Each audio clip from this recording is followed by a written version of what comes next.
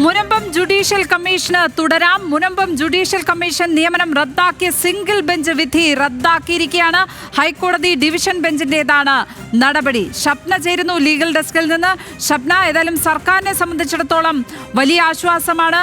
Munambam judicial commission തുടരാം എന്നുള്ള വിധി വന്നിരിക്കുന്നു. വിവരങ്ങൾ. സിംഗിൾ ബെഞ്ചിനെ സമീപിച്ച കേരള വഖഫ് സംരക്ഷണ വേദി അടക്കമുള്ള കക്ഷികൾക്ക് ഇത്തരത്തിലൊരു ഹർജി നൽകാൻ അവകാശമില്ല എന്നതായിരുന്നു സർക്കാർ അപ്പീലിൽ വ്യക്തമാക്കിയിരുന്നത്. ഈ അപ്പീൽ പരിഗണിച്ചാണ് ഇപ്പോൾ ഡിവിഷൻ ബെഞ്ച് വിധി പറഞ്ഞത്.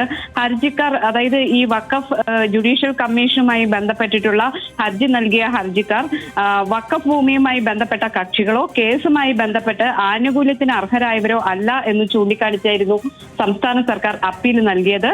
അതുകൊണ്ട് തന്നെ ഇതുമായി ബന്ധപ്പെട്ടിട്ടുള്ള സിംഗിൾ ബെഞ്ചിന്റെ ഉത്തരവ് റദ്ദാക്കണം എന്നും കോടതിയിൽ സർക്കാർ ആവശ്യപ്പെട്ടിരുന്നു. ജുഡീഷ്യൽ കമ്മീഷൻ നിയമിച്ച് പുറപ്പെടുവിച്ച 2024 നവംബർ 27 സർക്കാർ വിജ്ഞാപനമാണ് സിംഗിൾ ബെഞ്ച് റദ്ദാക്കിയിരുന്നത്. ഈ ഉത്തരവ് സ്റ്റേ ചെയ്ത ഡിവിഷൻ ബെഞ്ച് കോടതി അനുമതിയില്ലാതെ സർക്കാർ എന്തെങ്കിലും നടപടി സ്വീകരിക്കുന്ന നിർദ്ദേശത്തോടെ കമ്മീഷൻ പ്രവർത്തനം തുടരാനും റിപ്പോർട്ട് സമർപ്പിക്കാനും അനുമതി നൽകിയിരുന്നു.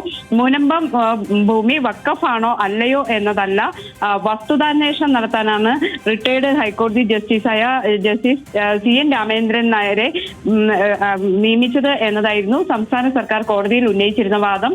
ഏതായാലും സംസ്ഥാന സർക്കാരിനെ സംബന്ധിച്ച് ഈ ജുഡീഷ്യൽ കമ്മീഷൻ നിയമിച്ച നടപടിയിൽ തെറ്റില്ല എന്ന് ഡിവിഷൻ ബെഞ്ച് വ്യക്തമാക്കി നടപടിയുമായി മുന്നോട്ട് പോകാമെന്ന് ഉത്തരവിടുകയും ചെയ്തിരിക്കുന്നു.